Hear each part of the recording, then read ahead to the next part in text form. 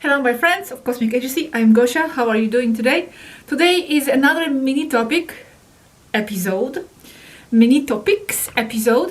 I actually had to divide them into 3 different ones because I had so many of these mini-topics accumulating that it would be too much for one. So in this one, first I'll share a short conversation with Aneeka that we had, something about the recent samples taken to be analyzed. Then very short mention about the mysterious fibers falling from the sky that people talk about here and there. And then what is that about Facebook changing its name, supposedly Meta and all that. So Aneeka comments on that. Also, for those of you, for men and for wives and girlfriends of men who want to consider doing vasectomy. Is it good for you or is it not good for you? Aneeka here responds. And we will talk about a little bit about Bucegi in Romania. And finally, this is a hello to the girl who has been asking me about Tartaria and giant trees. She has been asking me about this for a very long time. There's not going to be much about Tartaria, so I'm going to leave that to the end, and we'll talk a little bit about the trees in general. So let's begin. The first topic is the samples that were taken recently, and we discussed this in our recent detailed report. Well, the conversation was because I was wondering why actually those samples were not taken a bit earlier. Maybe if this was analyzed earlier, then maybe we could have saved more people with this information. And well, the reason why I'm mentioning this because you understand now why this was not done earlier, and you'll see. So I'm saying it's a pity that we could not share this before, because maybe we could have saved a little bit more people. And Aneeka says, well, I did not have the data I have now.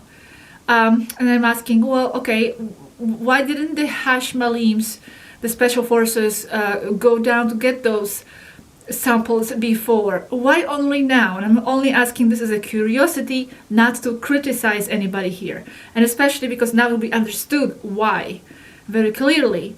And Aneeka says here, the fact that they did take placebos last year, because I don't know if it was mentioned last year or not, but they did go and they took some samples, but they turned out to be placebos.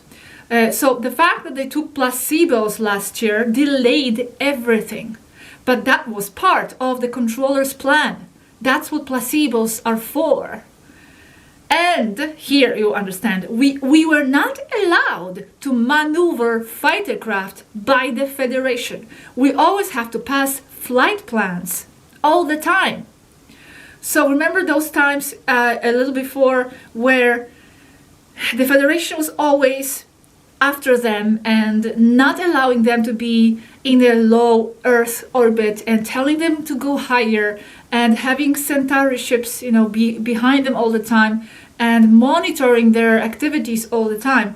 I'm thinking that it's because they knew that Taygetans could be up to something, as they are always up to something, and they could be, taking the samples, for example, like they did now, and they could have found out something. So, why were they not allowed to be in a low Earth orbit before? This very well could have been the reason, because the Federation simply did not want them to find out. So even now they have these limits by the Federation of how much they can navigate around Earth. They always need to pass flight plans. That's why the Hashmalims who did this operation now, they had to go down, putting themselves basically at risk to seize those 3 brand samples. They basically did that against the Federation rules, I'm sure. So here I'm asking, well, it looks like the Federation then knew something, and that's why they didn't allow you to be that close to the Earth's orbit. And that's why the Taygetans are not so liked by the Federation, because they are always revealing things too much, according to the Federation. So there's just something suspicious going on here with this whole Federation subject. And then I here asked, what about the tractor beam? couldn't you take those samples with the tractor beam? And Aneeka says, yes, but they didn't let us get close enough to use it, because you still need to be in a certain vicinity, proximity to Earth, to apply the technology of a tractor beam. And here Aneeka is saying, all that constant confusion from the Federation, to me, is proof that they are complicit. Also, the fact that the nanographenes have to be manufactured with a replicator device capable of generating matter from energy, because each one of them is made up of individual atoms organized in a crystalline form that can only be achieved with a very high-tech device. So here I'm saying, in some conversation some time ago with Robert, you mentioned that they think, or they say, that in order for the Earth to ascend, it is necessary to take a lot of people out of here. And Aneeka says, yes, that's what the Cabal says, and it is reflected in the Federation's position. They see, according to them, they see no other option to save the Earth but to eliminate 95% of the human population. I do see another option. They do not. All the time they are justifying that it is either the planet or the humans. I'm asking, what other option do you see? She says, what other option? Reorganize the entire political and power structure of the entire world with empathic races as mentors. But for that, the Cabal and all the inflated rats that compose it have to relinquish power. And that is what they do not want. So it is not a scenario of the Earth or the humans. Like there's no other choice. It's just the Earth or the humans. But a scenario of the humans or the elites themselves. So they're not going to relinquish power themselves, so they go for the humans instead. And that is why this is intolerable, Aneeka claims.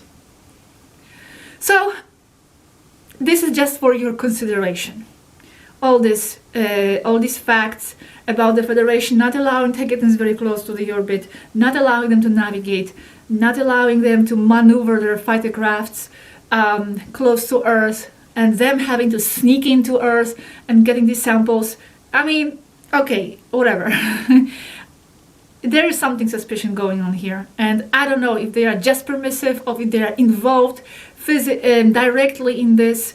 But if they are permissive, like we always said, they are too permissive, which is equaling to being regressive at this point in this matter. And there are talks of them saving the worlds and other planets somewhere out there, but I feel this is a distraction from what's happening on Earth. Hey, why are they saving other planets and other cultures and they are not doing anything about the Earth? The Earth is at risk and in danger, and here we have talks of the liberations of other planets and other societies.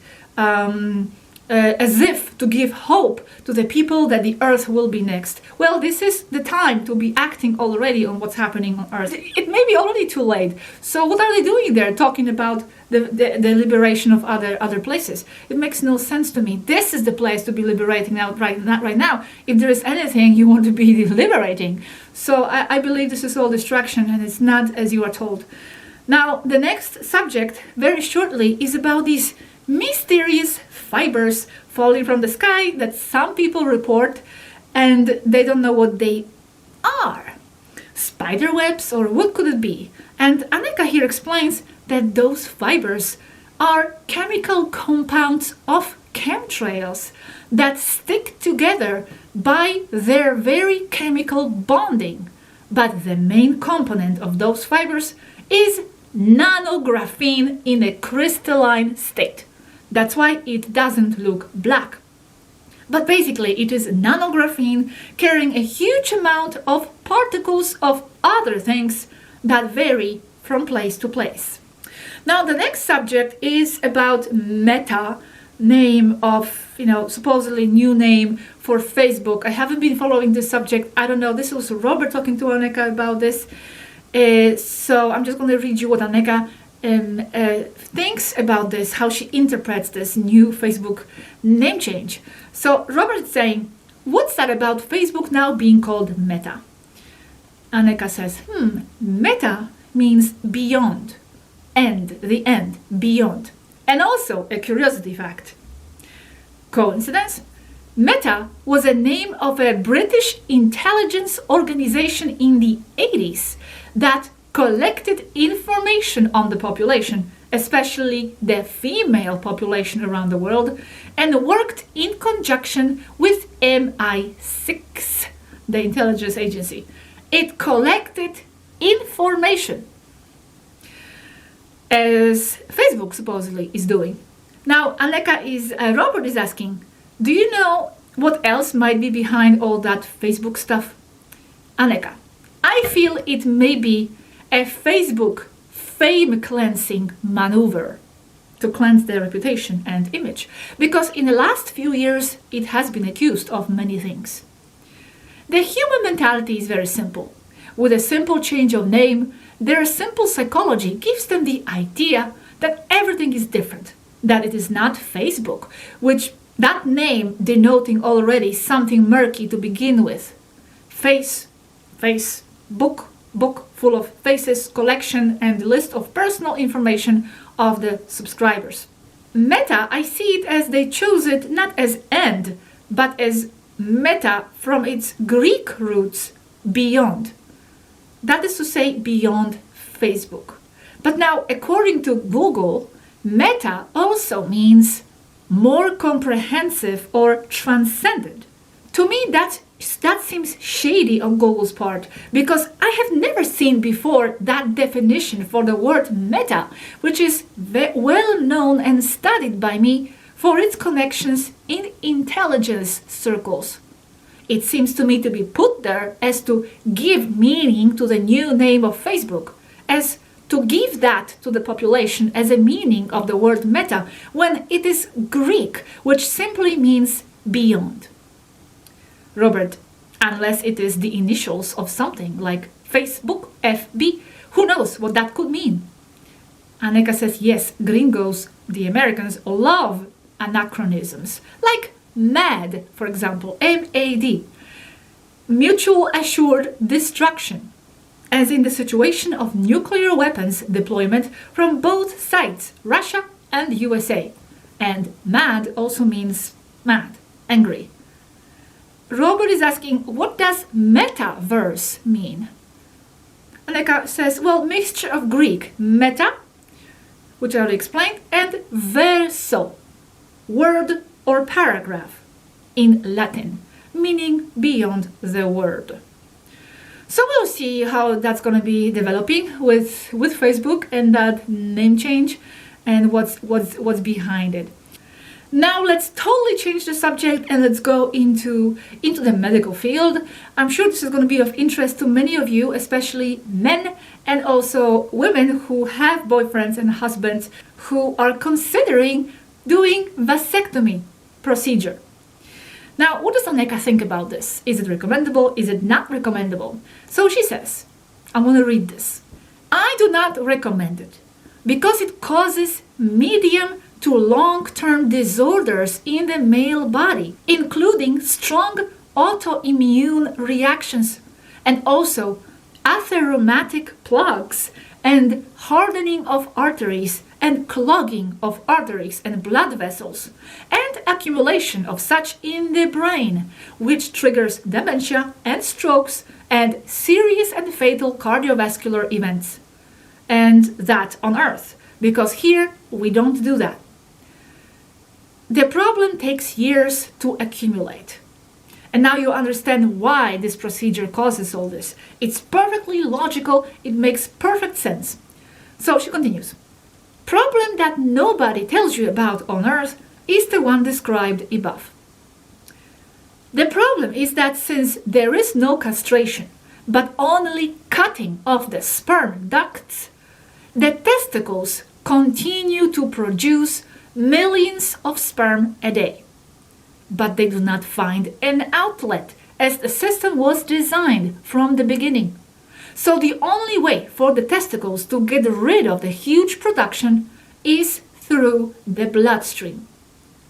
The problem is that sperm is not a normal cell that can degrade or dissolve like other cells and can be eliminated through the kidneys.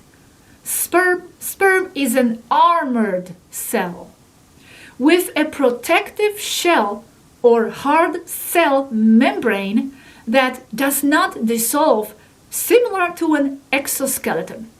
This causes the sperm to accumulate throughout the body gradually and progressively, and will accumulate in key or problematic sites, such as weak points of the cardiovascular system, precisely in the carotid arteries that go to the brain, and ventricles of the heart, and pulmonary vessels. Sorry, this was translated by me by DeepL program. This was originally in Spanish. Then the body begins to see them as an invading cell because they cause problems and will have an immune response to the sperm. This is an autoimmune response as it develops antibodies to a cell that contains its own DNA, 11 chromosomes, causing autoimmune diseases that can present as strong allergies to anything of a disabling nature. As the sperm accumulates over time, it will stick in the arteries, and the body will try to isolate it using cholesterol, which will accumulate in the fragile parts of the blood vessels. And this cholesterol cannot be removed because it is stuck with millions of sperm, creating clogging of blood vessels, which will eventually, decades after the vasectomy, cause heart attacks, dementia, and death. So the vasectomy is reversible. So here I'm asking, since it is reversible, is it advisable to do that, to reverse it? She said, strictly speaking, yes. And the damage will not be reversible, but at least it will not increase, it will not accumulate. The organism is designed to move the sperm out, not to contain it inside. It also has its own problems like cysts, infections, and malignant tumors, but at least it is not dealing with a daily heavy production of material that cannot eliminate or get out of the body. That's it. That's the information I have on this topic. I think it's very, very important because a lot of men do that type of procedure. So I thought this was important to share this with you, and now you consider whether you want to follow Aneeka's advice or not. It's always up to you, but this is what we have on this topic. Now the next topic is Mount Bucegi, Romania, the mysterious constructions, ancient construction sites there. And here Robert had a conversation with Yazhi about this. He asked about Bucegi and if Yazhi knew anything about it.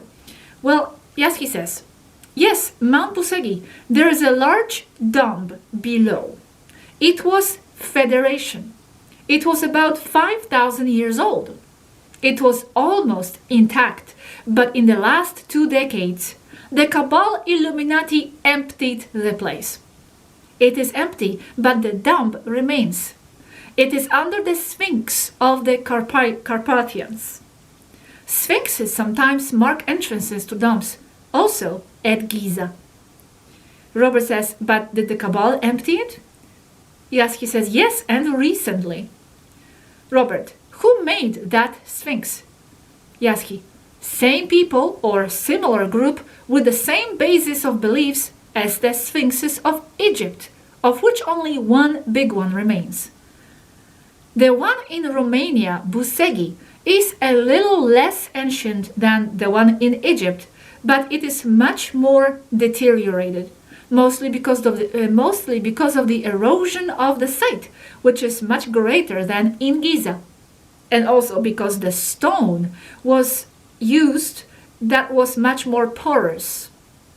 Robert says, it seems that there was a high level of technology there. And Yazhi says, yes, Well, that's why the Illuminati emptied it. There were computers, maglev transports connecting to Giza, among other places like Crimea,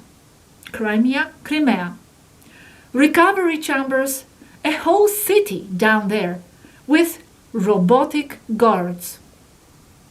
Robert says, it looks like there were tunnels connecting to Giza, as you say. Yes, he says, yes, and to Crimea, not that far away. That's why Crimea is so disputed. It has a huge pyramid underground in a shallow intraterrestrial cavity. Robert, and there are more bases like that? Yazhi, yes, there is another one south of Crimea, north of Yalta, but that's the closest city. However, there are other openings to that intraterrane, all south of Crimea. I don't remember if to the north as well. That intraterrestrial place is very large down there. Robert, but it's all uninhabited, isn't it? Yazhi, yes, the intraterrestrial base, yes, it is uninhabited. But how do we know? Someone else could already be there, someone from the Cabal, for sure.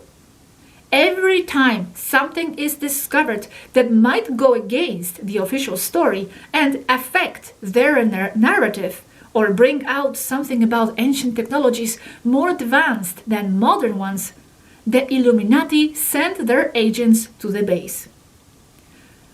Howard Carter. In 1924, they sent him to sweep up Tutankhamun's tomb. He was financed by the Rockefellers. He was an Illuminati agent. Robert, and they hid stuff, or everything is exposed in the Museum of Cairo. Yazhi, yes, of course. The Cairo Museum doesn't have the most important pieces. Those are taken to the Vatican catacombs. And the most impressive but normal ones, 2 museums in Paris, Louvre, London, and in the USA, New York and Washington, D.C., as well as Michigan as well. Robert, do you know something they discovered that they didn't tell the public? Do you know what they may have taken to the Vatican? That it was in that tomb? Something that was in that tomb? Yazhi, I am not sure because there is no data. But what I can tell you is that Tutankhamun had a dagger that is of a non-earthly material. That dagger alone obviously escaped the sweepers because it is a simple dagger, but made of materials not found on Earth, and vessels with monoatomic gold. Robert, maybe it was a gift from someone stellar. Yazhi, surely. I would dare to say that it could be of Urma origin. It is the same, only the lights change. The cover differs, I don't know why. Yes, I remember before we started this contact, we were quite interesting, Robert and myself as well, in those pyramids and also, well, in that site and also in the pyramids in Bosnia. We almost went on an expedition with one of the investigators there. But then we started this contact and, our attention went here, of course. And I don't have anything more about this subject. This is the conversation that Robert had with Yazhi about Bucegi. Now, the last topic here is about giant trees and Tartaria. Someone has been asking about this. In the comment section, the question exactly was, I would like you to ask Yazhi about the Tartarians and the ancient large trees that we see only remnants of. What happened to the people, Tartarians, and the huge trees? The Tartaria is supposedly mysterious and silenced, enigmatic civilization, lost civilization, that there is no much data about, but kind of like Atlantis type, which there could be a connection. So I'm going to answer that in the end, but first the giant trees and the trees and plants and vegetation in general. And then she also goes into deserts as well. So Yazhi responds, yes, there were giant trees before the flood. They got destroyed in the pole shift during all the planetary chaos. And, this is interesting, some were cut down deliberately, the ones that survived the flood. Why? They were cut down probably to lower the Earth's frequency. They do exist in other planets, in Erra, not to go further. I ask, to lower the frequency? They were keeping it high? Just because they were giant, or why? And now Yazhi explains about the trees. A tree is an etheric antenna, brings life to Earth, gets radiation and manufactures Earth, material world with it. Trees are Earth, its interconnected etheric brain, if you will, as it was well explained in the movie Avatar. I ask, manufactures Earth? What do you mean? Yazhi, they are a nervous system for Earth. They are consciousness. They are half in material world, half in spirit world, manifesting hard reality as you know it there. A tree is life for Earth, the planet, and from Earth, everything else is manifested in an all-connected way. I am talking about a flow in consciousness, a flow of awareness, gravity, formed by all plants, especially trees, formed by animals as well, but they all depend on one another. There is a system of interconnected flow of consciousness, as should be. Should be because that's the design embedded in every cell in living beings, in DNA even. Plants make Earth live, alive. Plants make animals live. Animals, other animals, and the cycle goes to animals reinforcing and fertilizing the ground, which prompts more plant growth. And with more plant growth, more plant-eater animals that feed the carnivores, that maintain a healthy number among the plant-eaters. Now my question here. When you say trees are half in the material and half in the spirit world, isn't it the same for us? Like, aren't we also half in the spirit and half in the material? Or it's still something else? Yazhi, in a way, and from the conscious point of view of someone with attention in the material side. For explanatory purposes only.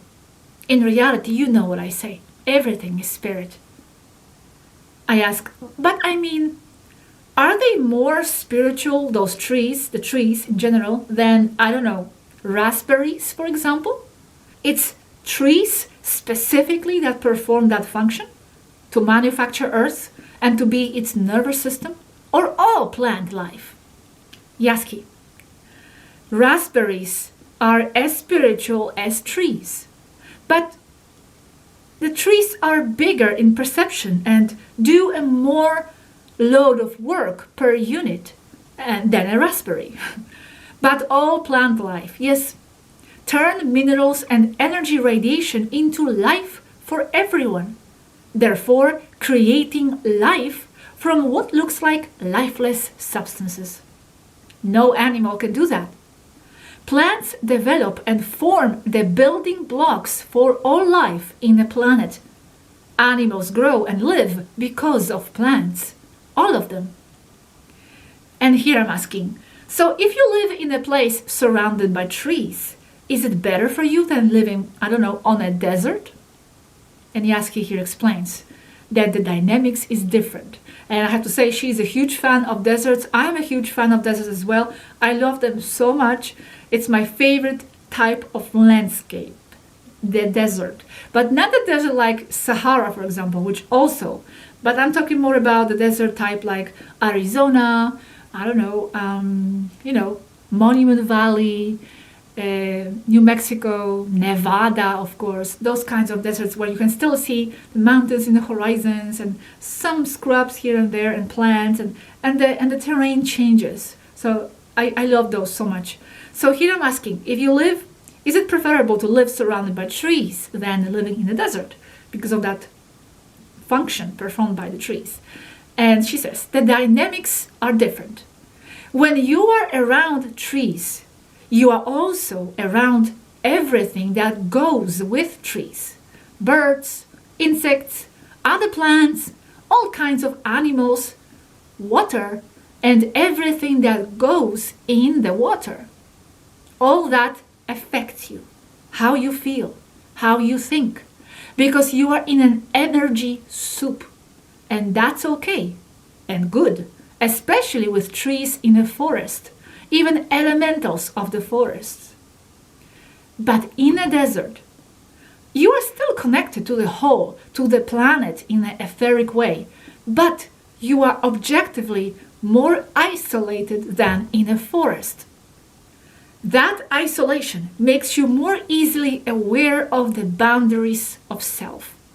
You become more aware of who you are as an individual, prompting a different kind of spiritual awakening and experience than in a forest. So a desert promotes very intense spiritual epiphanies, very much into the I, the me, the who the hell I am.